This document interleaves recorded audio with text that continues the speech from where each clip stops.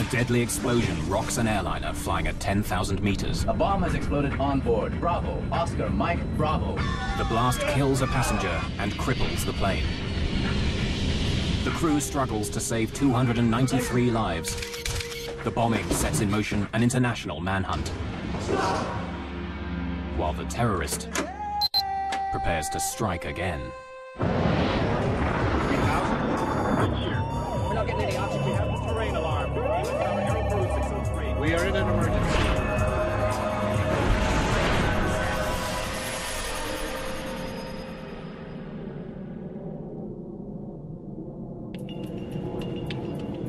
On December the 11th, 1994, Philippine Airlines Flight 434 is 2 hours into the second leg of a routine flight from Manila to Tokyo. An unsuspecting passenger is sitting on a ticking bomb. The explosion on board cripples the flight control system. Unless the pilot can regain control, the jumbo jet may crash into the Pacific Ocean. This is Philippine Airlines 434. A bomb has exploded on board. Bravo, Oscar, Mike, Bravo. The bombing is a frightening new development by a terrorist on the cutting edge of science. The way that the timing device was hidden inside the Casio watch just made the whole thing very concealable and very worrisome. But this is more than the hunt for a terrorist bomber. This is a story of how investigators make a shocking discovery. The explosion on PAL 434 is only a test for an attack on American carriers, an attack that would dwarf every other terrorist atrocity at the time.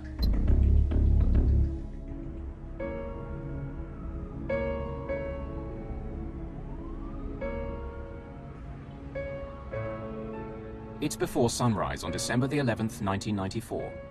While most inhabitants of this city of 1.5 million have a few more hours to sleep, 26-year-old Amaldo Forlani makes an early start.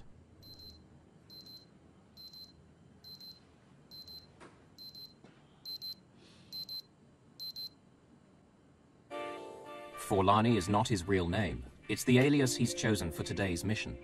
He's actually from Pakistan, not Italy. He is putting his latest invention through an important test. Everything must go like clockwork. In his line of work, there's no room for error.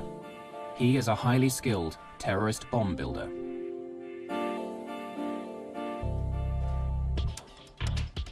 He packs the liquid explosive bomb very carefully. He arrives in plenty of time for his 5 a.m. flight with Philippine Airlines. Before he can board, the bomber must outwit airport security screening procedures. He's designed the components of his bomb to pass undetected by X-ray and metal detection equipment. Or so he hopes.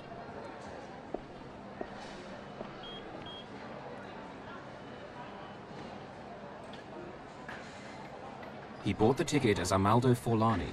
He's a skilled forger, and he has made himself a fake Italian passport with that identity. If his cover is blown, his career as a globe-trotting terrorist is over.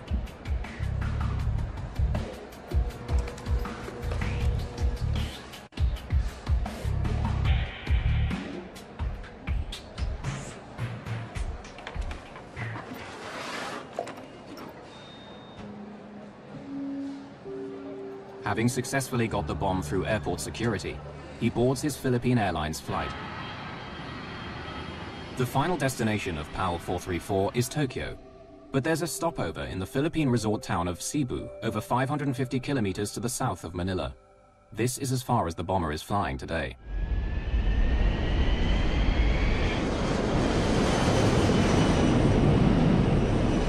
That's 10,000 feet, and weather's still looking clear. Thanks, Dex. I'm engaging autopilot.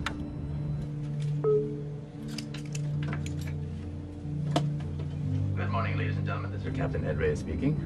Welcome aboard Flight 434, flying south from Manila to Cebu and continuing onward to Narita Airport, Tokyo. Flight 434 is under the command of Captain Ed Reyes, a former Air Force pilot who's been flying for Philippine Airlines for 9 years. And our estimated arrival time is now 5:45. The weather in Cebu is... The first leg of the flight is fairly empty. Passengers are scattered around the jumbo jet's 400 seats. After takeoff, the bomber is able to move. He chooses seat 26K, located directly over the center fuel tank in some 747s. The cabin is tended by stewardess Maria de la Cruz. She flies domestic routes and has worked for Philippine Airlines for 1 year. Can I get you some juice or coffee? Juice, please. Now the bomber must find a vacant lavatory to assemble the explosive device. Arming the bomb only takes minutes, but requires total concentration.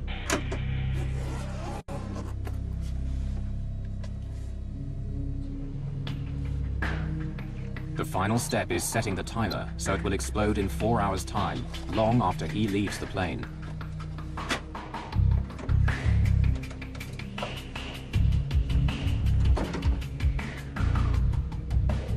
He hides the bomb in the life jacket pocket underneath his seat.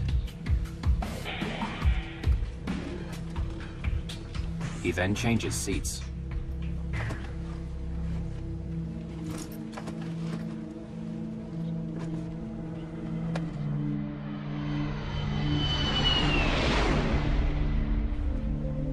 When she returns, Maria de la Cruz notices that the roving passenger has moved seats again.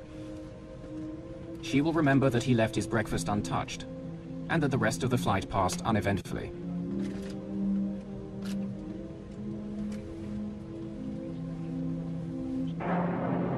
As Philippine Airlines Flight 434 begins its final approach into Cebu, more passengers are getting ready to board the aircraft that will take them onwards to Tokyo.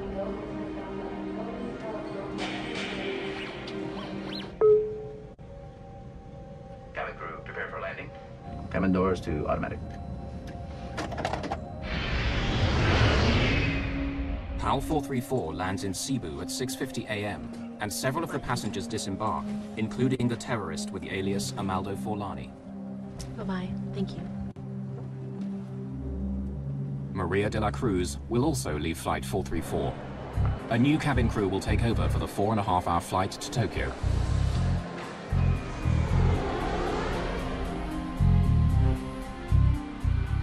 "256 new passengers board the 747 that arrived from Manila.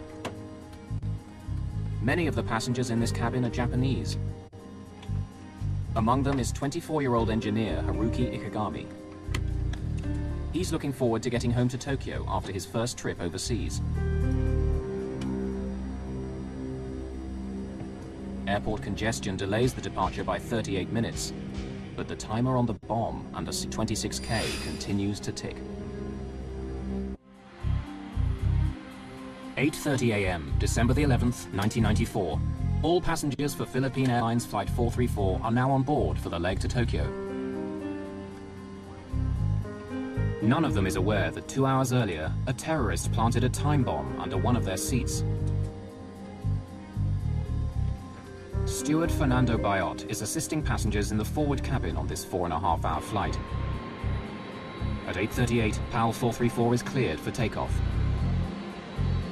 On the flight deck, Captain Ed Reyes is assisted by First Officer Jaime Herrera and Systems Engineer Dexter Comendador. Reyes and Comendador are both former Air Force pilots.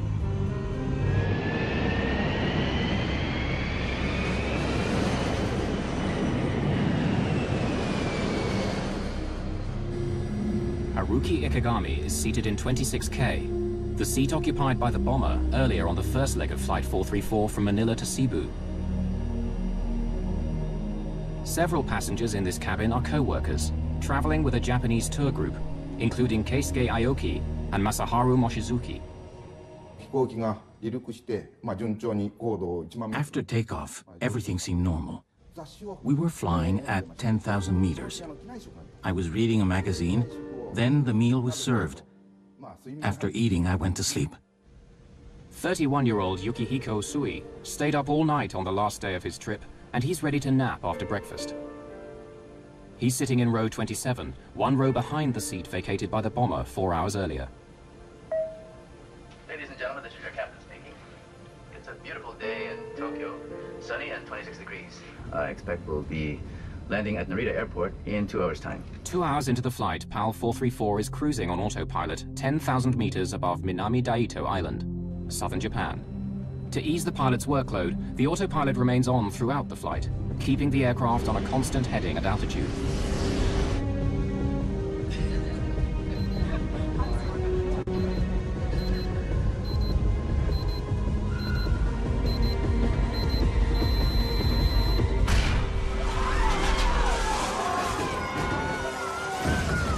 God forgive me.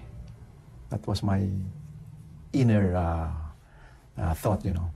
God forgive me. I think I'm going to die now. Then after that, I have to do what I had to do. Oh, I've lost control. I have control. Dex, check the pressurization loss. Be prepared. Check the QRH for... Although the autopilot instantly corrects the aircraft bank to the right, the effect of the blast is far from over. There was a loud bang which woke me up. I could feel the plane expanding from the pressure. I saw smoke as well as debris falling like powder. Ladies and gentlemen, please stay in your seat. The injured people were trying to get away from the area where the bomb was.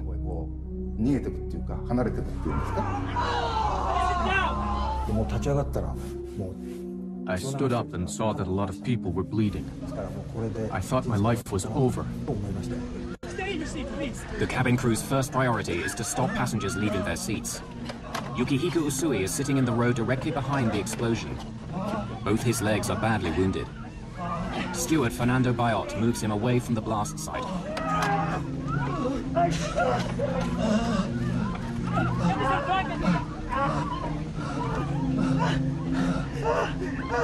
Please sit down and fasten your seatbelts. Bayot now turns his attention to Haruki Ikegami. He has been swallowed by the smoking hole where C-26K used to be. I saw this man, only his head and his arms were peering out of the hole, so I tried to pull him out. After the struggle to lift him out, Bayot realizes that part of the lower half of Ikegami's body is missing. Within a couple of minutes, he dies. The cabin crew do not want Ikegami's death to panic passengers, so they pretend to minister to him. Bayot then reports to the captain. Oh, Captain. Okay. Keep the passengers calm. Make sure they stay in their seats. There's been an explosion in row 26. One dead and several injured, and the cabin's full of smoke. There's a hole in the floor. Go inspect the damage, Dex. Yes, sir. Reyes' first concern is that the blast could make a hole in the aircraft's skin. This would lead to sudden depressurization in the cabin and necessitate an emergency descent. There was a huge gaping hole beside her, and if a small tear in the skin of the aircraft was, if there were a hole there, it most probably would open up and then pull us out of the aircraft. When I saw that there was no damage to the outer skin, I went up and reported to the captain. Well, we assumed that the pressurization system would hold. Immediately after the explosion, the co-pilot's steering wheel slams to the right, and the aircraft banks in the same direction. The autopilot immediately corrects the deviation, but soon Reyes discovers that the autopilot steering system is another victim of the blast. Then I said, okay, I'm going to try to turn the airplane using the autopilot, but there was no reaction. Whether I tried it to make it go down or up, or left and right turns, no reaction. I said, now we have a problem. This is not Reyes' only problem. In the cabin, one of the injured passengers needs urgent medical attention. Tokyo is still 2.5 hours away, and Reyes decides to try and land at Naha Airport on the island of Okinawa, located 74 kilometers to the west. He orders the co-pilot to make a Mayday call. Yes, sir. Naha, PAL 434, heavy declaring emergency. Explosion on board. We have casualties. Requesting emergency landing at Naha. You will need full emergency services on landing. PAL 434, Naha, please repeat. Say again. Naha, PAL 434, heavy declaring emergency. Explosion on board. We have casualties. Request emergency landing at Naha. We will need full emergency Getting the Japanese air traffic controller to understand the emergency proves to be difficult. Naha, Naha, Naha. This is Philippine Airlines 434, flight level 330. A bomb has exploded on board. Bravo, Oscar, Mike, Bravo. Bomb explosion. Request emergency landing at Naha. And there was silence.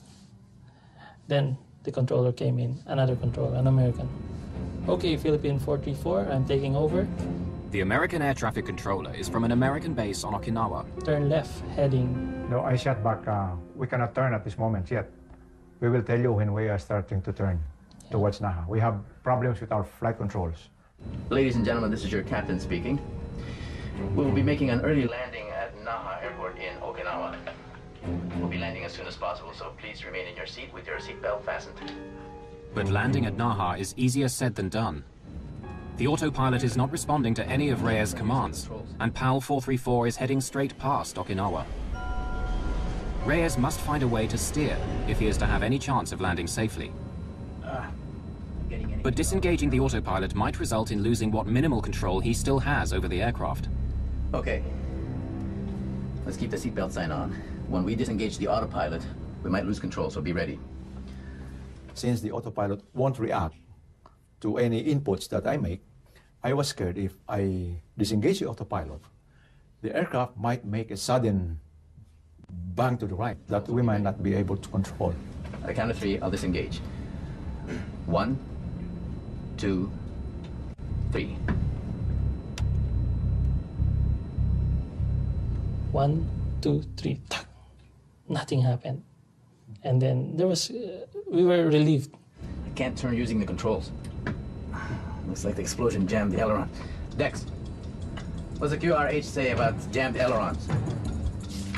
The QRH, or Quick Reference Handbook, is the pilot's Bible that lists procedures that must be followed in emergency situations. Jammed flight controls. Use maximum force possible, including both pilots if required. Okay. That's force.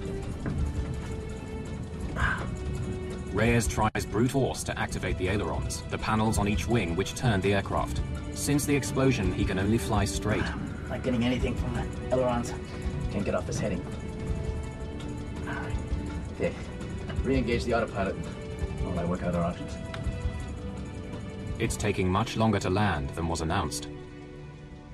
We were told it would only be 20 minutes, but it was really 1 hour before we landed. It was very frightening. Although they survived the bombing, passengers are now getting anxious about landing safely at Naha Airport.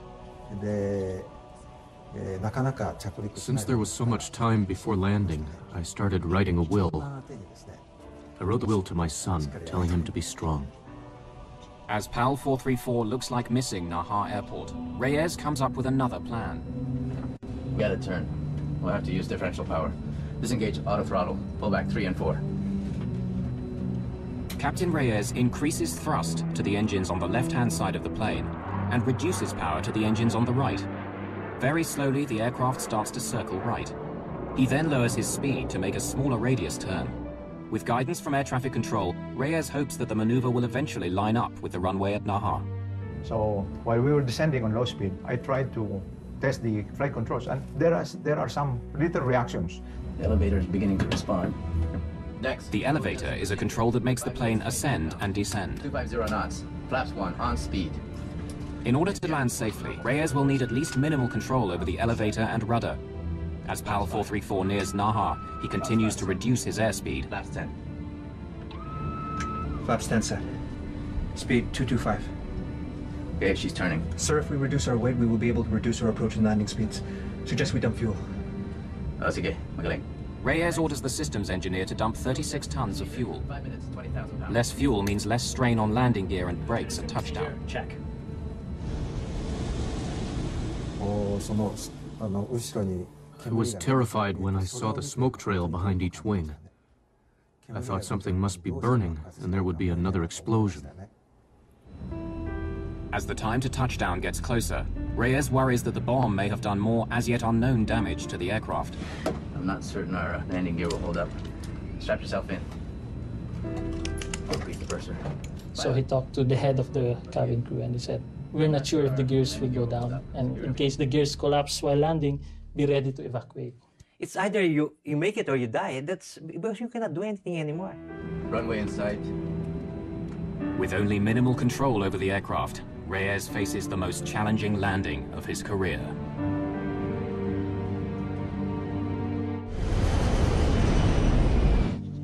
"10,000 meters above the Pacific Ocean on a flight from the Philippines to Tokyo, a terrorist bomb cripples the flight controls of a jumbo jet. As PAL 434 starts its final approach, the 292 people on board are pinning their hopes of survival on the skill of Captain Ed Reyes. I know everybody was scared. We are all scared. I know that. Gear down. The gears were supposed to come down a few seconds, but that was the longest second. That because we were waiting for the greens to come on. Take a long time. It took a long time. It was a long few seconds until when it locked. 3 green, sir. Okay. I'm disconnecting the autopilot and landing manually, okay, Dex? Monitor my descent rate, call altitude and speed. Flaps 30. Okay, 500 feet on course. Flaps 30 set. Help me with the elevator. When I say push, I want you to push. Okay, 200 slightly left. Correcting. Push. 100. 50. 30. Power off. Your last command was pull. Yeah, my last command was pull.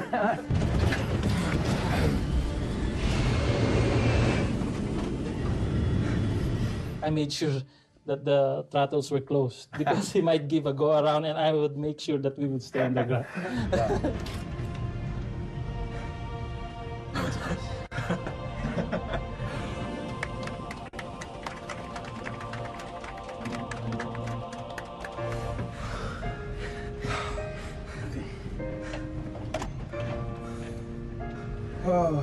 Ladies and gentlemen, this is Captain speaking. We'd like to thank you for your cooperation and your patience. Emergency crews are on their way. We'll try and get you out of here as soon as possible. Thank you.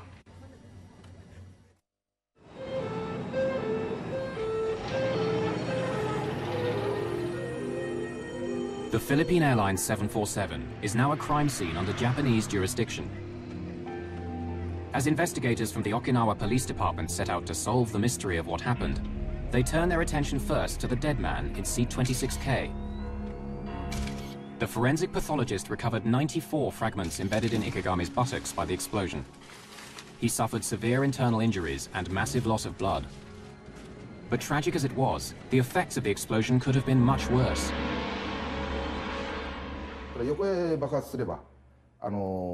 If the explosion had been sideways, it would have blown a hole in the plane and caused an air pressure problem. In a sense, it was good that the blast was vertical. But we have to remember the victim. He died to save the rest of us. Ikegami's body bore the brunt of the upward blast, but the explosion severed the steel cables in the ceiling that control the rudder and elevator. The charge also severed the co-pilot's control cable to the right aileron, one of the control surfaces on the wing which make an aircraft bank and turn. The downward force blew a hole in the floor and could have ignited the vapors in the center fuel tank, creating a catastrophic explosion.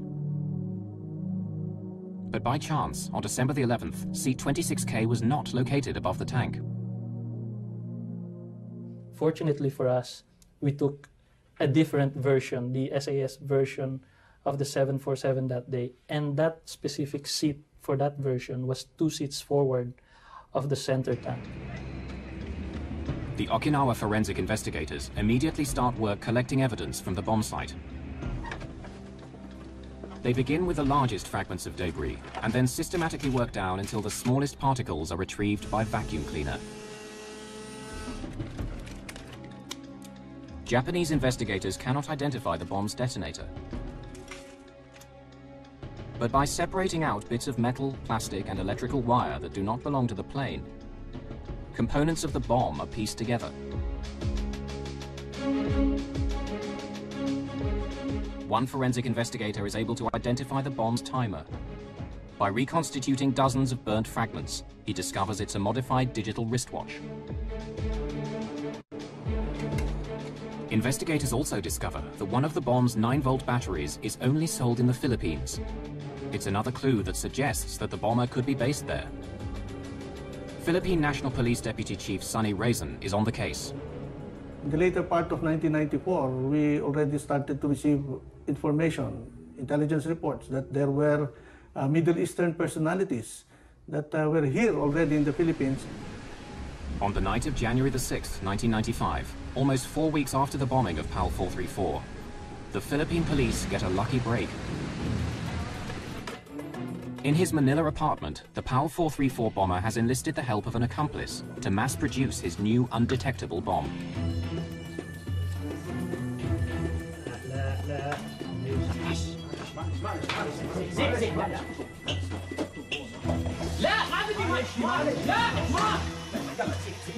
An attempt to burn off chemicals gets out of hand. Acrid-smelling smoke spills out of the apartment. It attracts the attention of the doorman, who comes to investigate. Sorry. We're playing with some fireworks, but it's okay. We put them out, and we have all the windows open inside, and we keep the door closed. It'll be fine, okay? You all open the door. If we open the door, the smoke comes in the hallway. We close the door out the window, okay? It's okay. It's okay. Until the smoke dissipates, the bombers decide to wait outside the apartment. The doorman isn't convinced by their playing with fireworks story, and he calls the fire department and the police.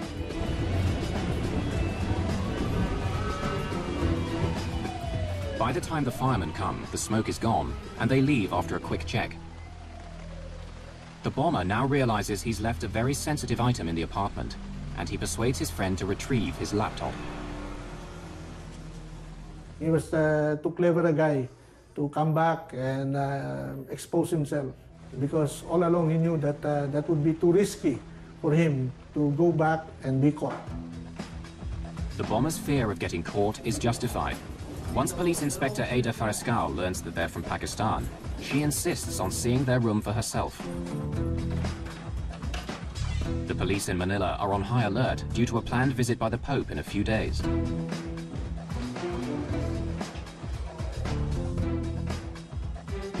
What Inspector Fariscal finds confirms her worst fears about the intentions of the tenants.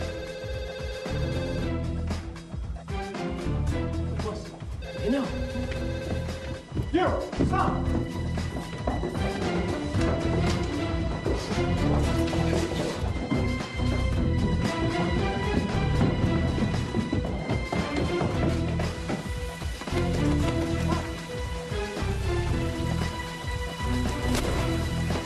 The shot distracts the apprentice and he trips over a fallen palm tree.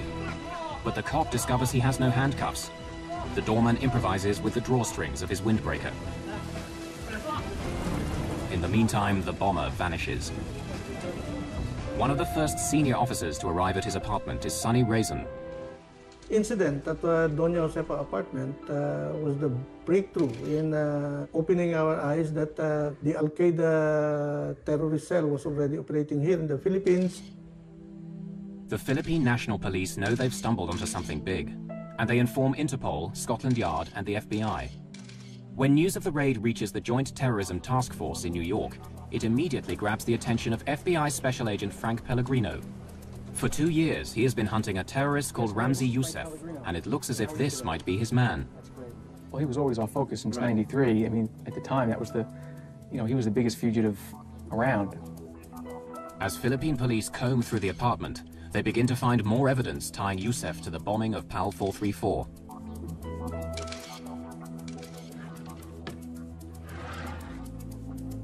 There was a similarity between the watches that were found in the apartment and the type of watch that was used in Okinawa. Putting together that watch, that was the watch that was on the bomb, on that flight 434, and identifying those pieces eventually as a Casio watch, it was amazing. Youssef is a skilled forger. Investigators find several identification cards bearing various names, and photos in each of which he looks quite different. One ID card is of particular interest. So, almost as a dig to us, the ID card used the First World Trade Center bombing date as the date that the card was issued. So we knew right away it was Youssef that had been in the apartment. They knew chemicals. The chemical dictionary was a very well-used item, underlined, highlighted, well-read. Notations throughout the book, something that he used quite often. And I don't remember the exact number. I think there might have been 100 latent prints found on that belonged to him. They knew electronics. The way that the timing device was hidden inside the Casio watch just made the whole thing very concealable and very worrisome. The identification of the bomber of PAL 434 and the discovery of his bomb factory is very disturbing news for those responsible for airline passenger safety. Ramzi Youssef is an international terrorist who knows how to get his bombs past airport security. Bombs that are small, but if strategically located, can blow up a jumbo jet and kill not just one, but hundreds of people. and the bomber of PAL 434 is still on the loose.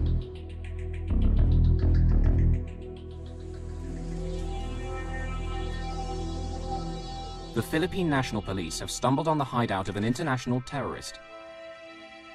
The FBI identify him as Ramzi Youssef.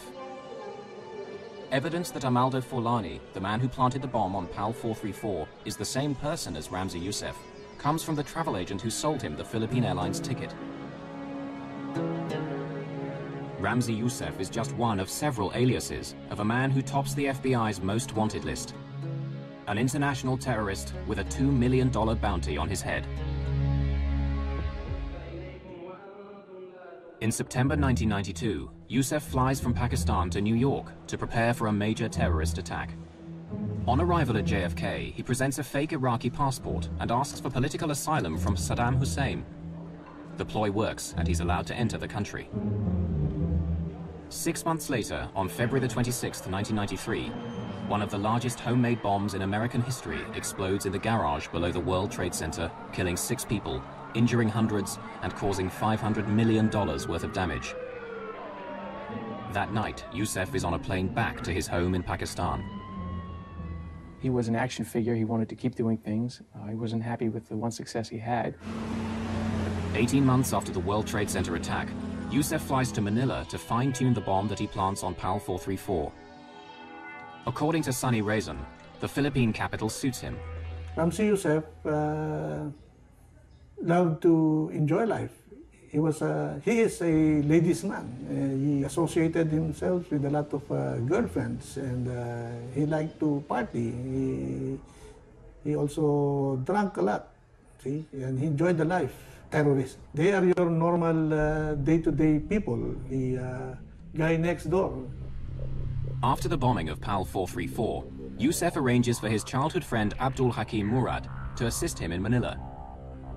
But on January the 6th, 1995, 2 weeks after his arrival, Murad is arrested and sent to the Philippine Police headquarters for interrogation.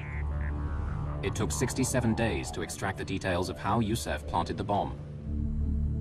Tiny chemical traces of the explosive were found on PAL 434, and Murad eventually admits that Youssef uses liquid nitroglycerin that he's stabilized and concealed in a bottle of contact lens solution.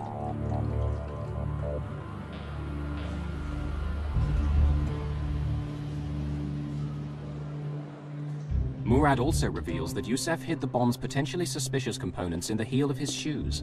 Most airport security systems only detect metal above the ankles. I bet you he was cool as could be. He was somewhat cavalier in his attitude toward these explosives and chemicals.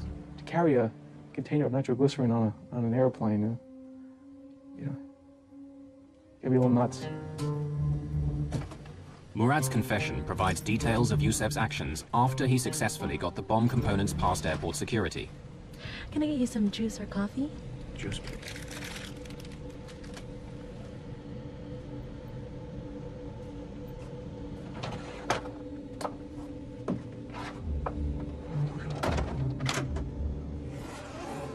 Youssef designed the device so the innocent-looking components can be quickly transformed into a lethal bomb. Youssef has modified a digital wristwatch as the bomb's timer. This is wired to a detonator inside the bottle of nitroglycerin. 2 9-volt batteries provide an additional electric charge to the exposed filament of a light bulb that will spark the explosion.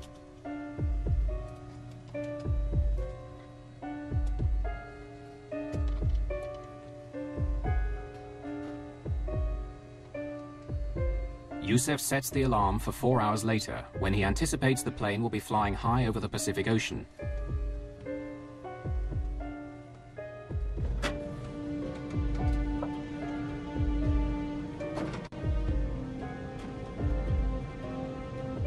Youssef plants the bomb in a life vest pouch under his seat, a place ground crews are unlikely to inspect during the stopover in Cebu.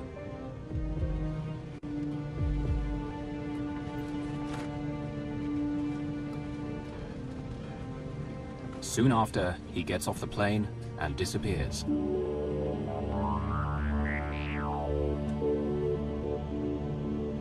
"4 hours later, the time bomb under seat 26K awakes the airline industry to a new kind of terrorism.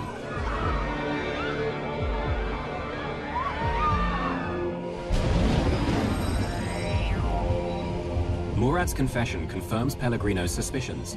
This is just the kind of sophisticated plot he has come to expect from Ramzi Youssef. But Pellegrino is still shocked by what Murad says next. PAL 434 was only a test, a dry run for a much larger terrorist plot that will kill thousands of airline passengers. FBI investigators find evidence of Youssef's meticulous planning on secret files on the laptop that he so desperately wanted his accomplice to retrieve. On the laptop computer found in the Joseph apartment building was a file which laid out a plan for 5 individuals, using code names, individuals not mentioned on the plan, to board about 3 planes each, maybe 2 planes, a couple of people had 3 planes, planting bombs on the planes, and then returning back to their home. Hoping when they planted the bombs and with the timing devices, if everything went well, all bombs would go off within about a 6-hour time period. Any more than one would have been an airline disaster. So, you know, if they were 50% successful in their plan, I think it would have scared a lot of people for a long time. The file on Youssef's laptop reveals that the plan, codenamed Bojinka, is foiled with no time to spare.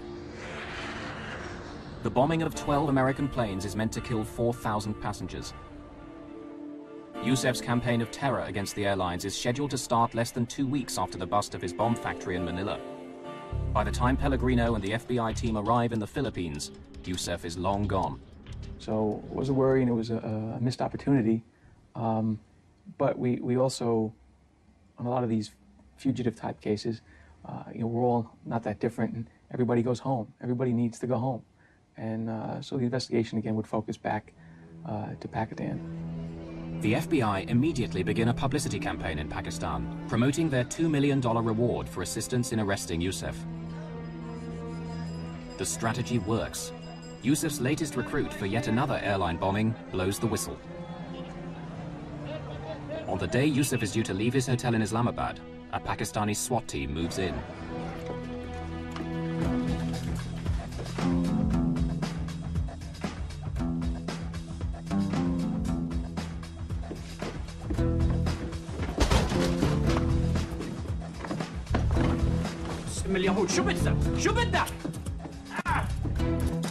In Youssef's room are Delta and United Airlines flight schedules, as well as bomb components hidden in children's toys. In a convoy of federal and local patrol cars, Ramzi Ahmed Youssef was brought into New York City late Wednesday night, ending a worldwide manhunt. He was arrested Tuesday in Pakistan by Pakistani authorities and brought back by the FBI on a U.S. plane, then into custody with heavy security on the street in case of any terrorist attacks prompted by his arrest.